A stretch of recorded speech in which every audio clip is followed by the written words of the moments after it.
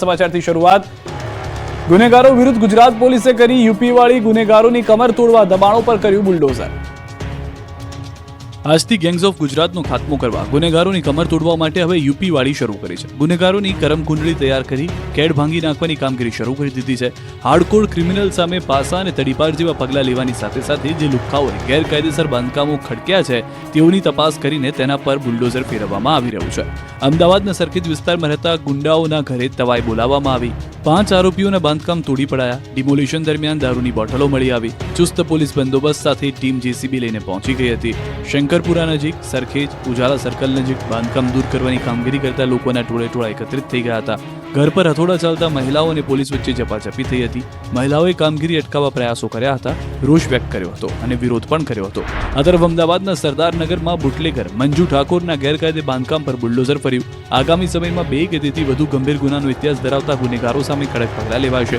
ગુનેગારોના દબાણ હટાવવાની અને જામીન રોકવાની પ્રક્રિયા હાથ ધરવામાં આવી રહી છે। બીજી તરફ અમદાવાદના છારાનગરમાં પણ બુલડોઝર વાળી થઈ। બુટલેગરના મકાન પર બુલડોઝર ચાલ્યું। કુખ્યાત સાવનનું મકાન તોડી પડાયું। સ્ટેટ મોનિટરિંગ સેલે કાર્યવાહી કરતા ફફડાટ ફેલાયો।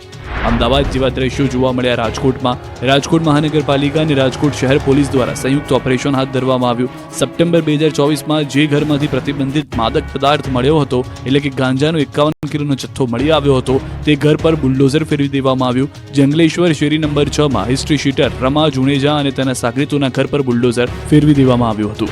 આ તરફ સતત બીજા દિવસે થોરાળા પોલીસ સ્ટેશન વિસ્તારમાં રહેતા ઇમ્તિયાઝ ઉર્ફે લાલો રાઉમા નામના ગુનેગારના ઘર ઉપર ચેકિંગ હાથ ધરવામાં આવ્યું હતું। પોલીસે આરોપીઓના ઘરના વીજ કનેક્શન દૂર કરી કાપી નાખ્યા હતા।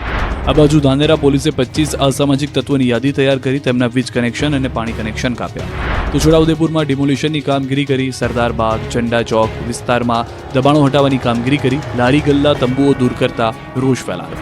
આ બાજુ પોરબંદર છાયા વિસ્તારમાં ફરી એક વખત ડિમોલિશન કરાયું। છાયા પંચાયત ચોકી વિસ્તારમાં ડિમોલિશનની કામગીરી હાથ ધરી 4 થી 5 ગેરકાયદેસર કાચા પાકા મકાન તોડી પાડવા કામગીરી કરી।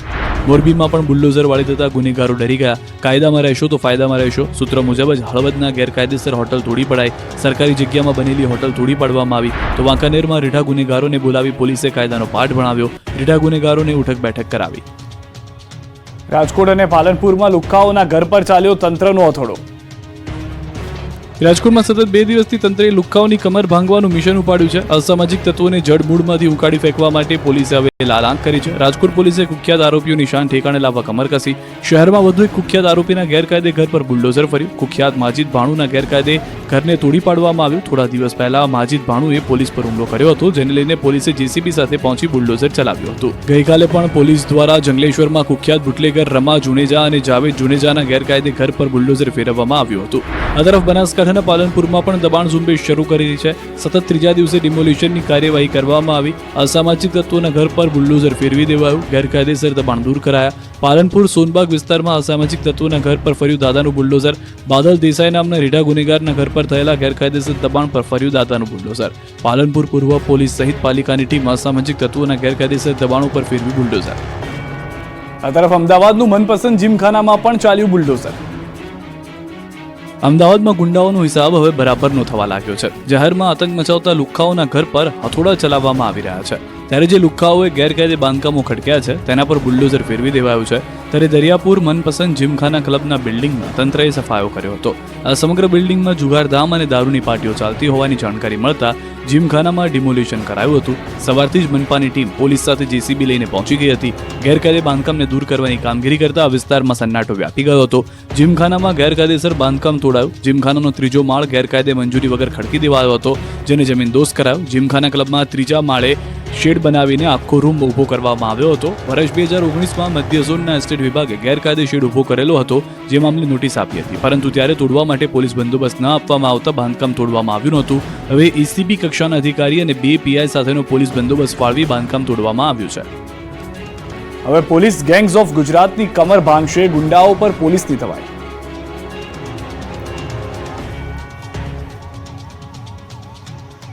ગુજરાતમાં ગુંડાઓનું લિસ્ટ તૈયાર થયા બાદ સિંઘમ બનેલી પોલીસે હવે તવાઈ બોલાવી છે. ત્યારે અમદાવાદના રસ્તાઓ પર રાત્રે પોલીસે ડેરો જમાવ્યો છે.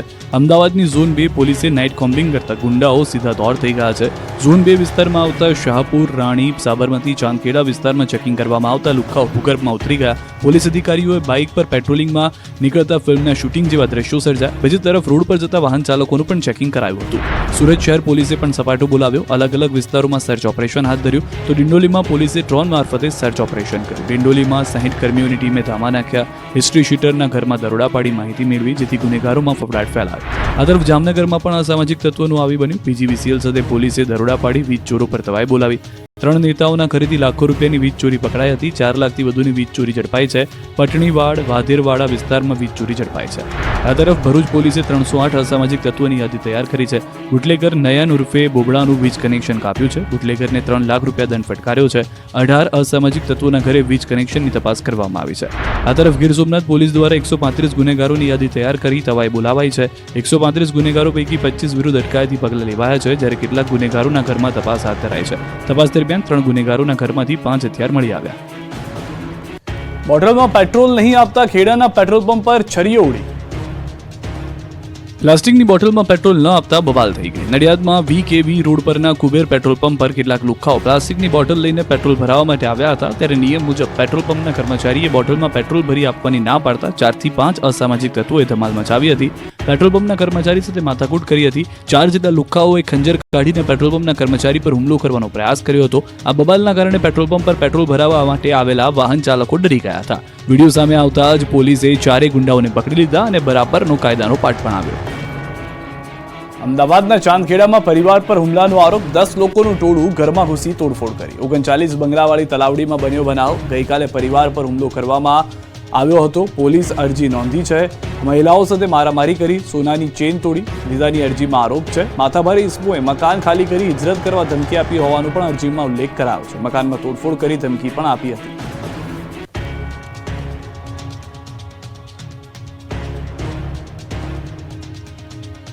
ફરી એકવાર અરવલ્લીમાં ઘઉંના ખેતરો ભડકે વળ્યા. યુજીવીસીએલના પાપે ફરી એકવાર અરવલ્લીના ખેડૂતોને મોઢા સુધી આવેલો કોળિયો ગુમાવવાનો વારો આવ્યો છે. ફરી એકવાર તંત્રના કારણે લાખો રૂપિયાના ઘઉં સ્વાહા થઈ ગયા છે. મેઘરજના નવા ગામમાં 7 વીઘા ઘઉંના પાકમાં આગ લાગી હતી. ખેતર ઉપરથી નીકળતા વિસ્તારમાં તણકલા ઝરતા 7 વીઘામાં ઉભેલા ઘઉંમાં આગ લાગી હતી. ઘઉંનો પાક તૈયાર થઈ ગયો હતો એટલે ગણતરીની મિનિટોમાં જ આખી વિકરાળ સ્વરૂપ ધારણ કરી લેતા આખું ખેતર બળીને ભસ્મીભૂત થઈ ગયું હતું. ખેડૂતની નજર સામે જ મહા મહેનત બળી જતા ખેડૂતને રડવાનો વારો આવ્યો છે. મોટું આર્થિક નુકસાન થયું છે. અમદાવાદના વટવામાં સિલાઈના કારખાનામાં આગ લાગી. અમદાવાદ શહેરના વટવામાં આવેલા કારખાનામાં આગ લાગી હતી. સિલાઈના કારખાનામાં ભીષણ આગ લાગતા નાસભાગ મચી ગઈ હતી. સૈયદનગર પાસે આવેલા સિલાઈનું કારખાનું ભડકે પડતા લોકો ડરી ગયા હતા. ઘરની બહાર નીકળી ગયા હતા. આગે ગણતરીની કલાકોમાં જ રૌદ્ર સ્વરૂપ ધારણ કરી લેતા અફરાતફરીનો માહોલ સર્જાયો હતો. તુરંત ફાયર વિભાગને જાણ કરવામાં આવતા 15 ફાયરની ટીમે પહોંચીને પાણીનો મારો કર્યો હતો. જોકે મોડી રાતનો સમય હોવાથી અંદર કોઈ ન હોવાથી મોટી જાનહાની ટળી હતી. રોડ પર ખાક થઈ ગયા ટ્રેલર. આગથી હાહાકારની ઘટના છે બનાસકાંઠાની. પાથાવાડા રોડ પર પૂરપાટ જતા 3 ટ્રેલરમાં ભીષણ આગ લાગી હતી. ધડાકા સાથે આગે વિકરાળ સ્વરૂપ ધારણ કરતા જાણે કોઈ ફિલ્મમાં આગના દ્રશ્યોનું શૂટિંગ ચાલતું હોય તેવા દ્રશ્યો કેમેરામાં કેદ થયા. આગ એટલી ભયાનક હતી કે ગણતરીની કલાકોમાં જ 3 ટ્રેલર બળીને ખાક થઈ ગયા. 2 ટ્રેલરમાં તેલ અને 1માં ચોખા ભરેલા હોવાથી આગ વધુ પ્રસરી હતી. એ સાઈડનો રોડ બંધ કરી દેવો પડ્યો હતો. આગના કારણે 4 વ્યક્તિનો આબાદ બચાવ થયો, જ્યારે 1 વ્યક્તિનો મૃતદેહ મળ્યો. અંધશ્રદ્ધામાં એક મહિલાને પોતાનો 3 તોલાનો ચેન ગુમાવવાનો વારો આવ્યો છે. અંધશ્રદ્ધામાં એક મહિલા સાથે 3 તોલાની સોનાની ચેનની ઠગાઈ થઈ ગઈ. સાબરકાંઠાના હિંમતનગરમાં માતાજીના નામે ઠગાઈનો બનાવ સીસીટીવીમાં કેદ થયો છે, જેમાં બ્યુટી પાર્લર સંચાલિકા પાસે 3 મહિલાઓ ગ્રાહક બનીને આવી હતી અને તેમાંથી એક મહિલાએ માતાજીના નામે સોનાની ચેનની ઠગાઈ કરી હોવાનો આરોપ લગાવ્યો છે. શહેરના પોલો ગ્રાઉન્ડના અંબર સિનેમા રોડ પર આવેલા રિદ્ધિ સિદ્ધિ બ્યુટી પાર્લરમાં બપોરના સમયે આ બનાવ બન્યો હતો. 3 અજાણી મહિલાઓ પૈકી એક મહિલાએ માતાજીની વાતો કરતા સંચાલિકાએ પોતાના ગળામાંથી સોનાની ચેન કાઢીને મહિલાને આપી દીધી હતી. આ બનાવ અંગે બ્યુટી પાર્લર સંચાલિકાએ હિંમતનગર B ડિવિઝન પોલીસ મથકે ફરિયાદ નોંધાવી છે.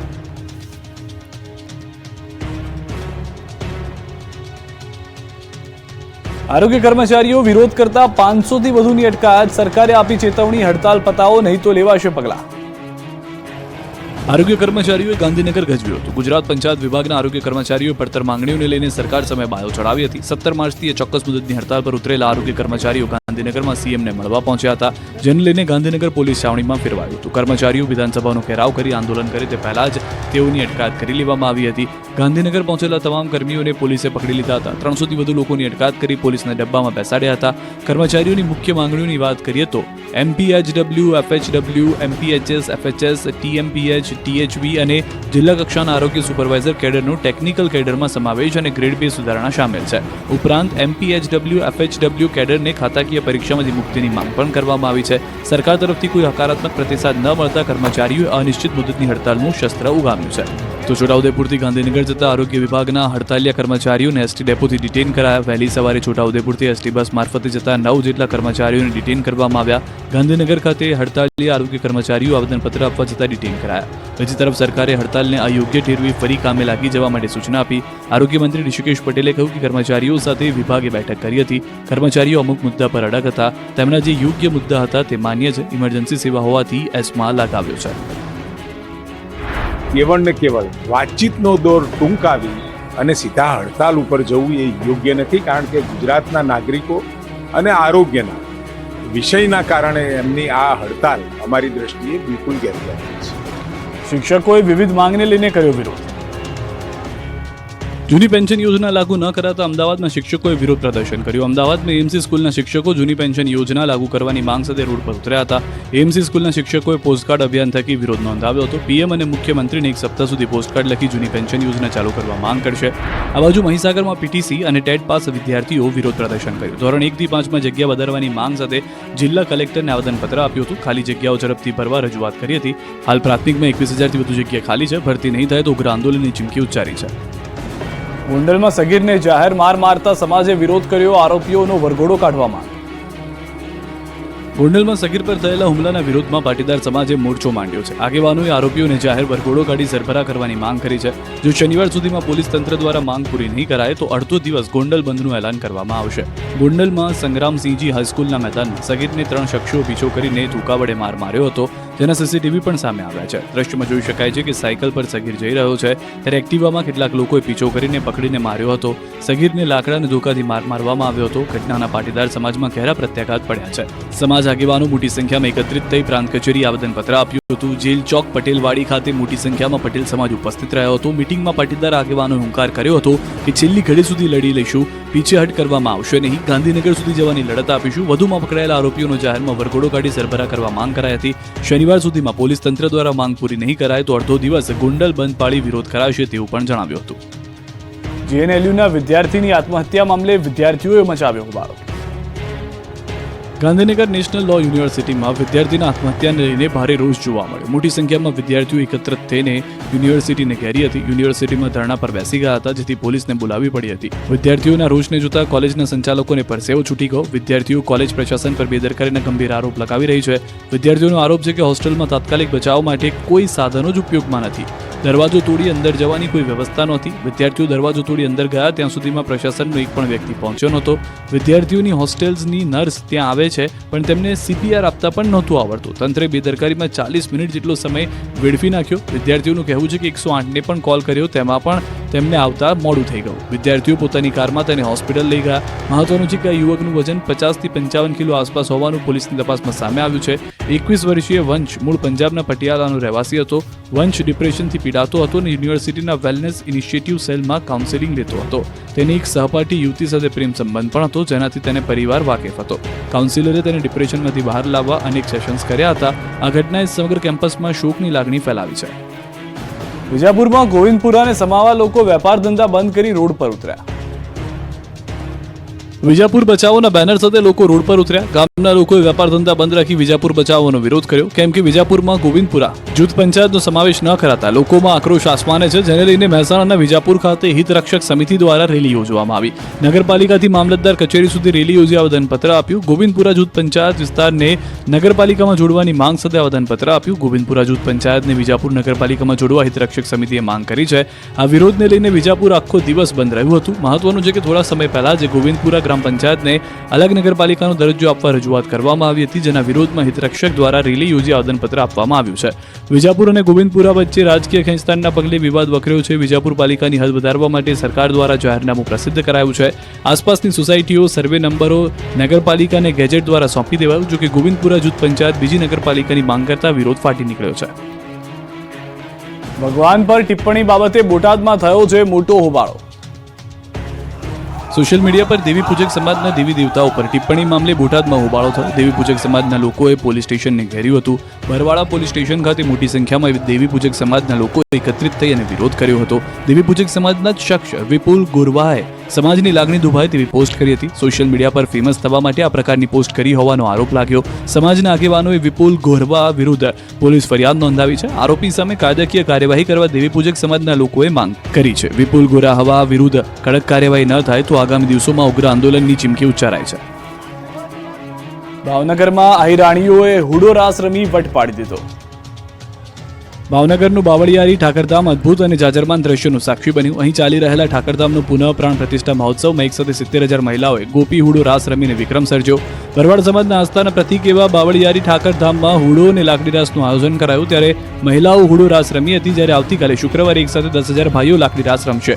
ગોપી હુડો રાસમાં 70,000થી વધુ મહિલાઓ એકસાથે રાસ રમવા ઉતરી ત્યારે અનોખા દ્રશ્યો સર્જાયા. ડ્રોનથી લેવાયેલી તસવીરો જોઈ શકાય છે. પરંપરાગત પોશાકમાં મોટી સંખ્યામાં મહિલાઓ હુડો રાસ રમી છે. આ કાર્યક્રમમાં વર્લ્ડ રેકોર્ડ ઓફ ઇન્ડિયાની ટીમ પણ ઉપસ્થિત રહી હતી. ગુજરાત અને મહારાષ્ટ્રમાં 70,000થી વધારે મહિલાઓએ આ મહારાષ્ટ્ર માટે રજીસ્ટ્રેશન કરાવ્યું હતું. દરમિયાન આ ઐતિહાસિક ક્ષણે રાજ્યના મુખ્યમંત્રી ભૂપેન્દ્રભાઈ પટેલ પણ ખાસ ઉપસ્થિત રહ્યા હતા.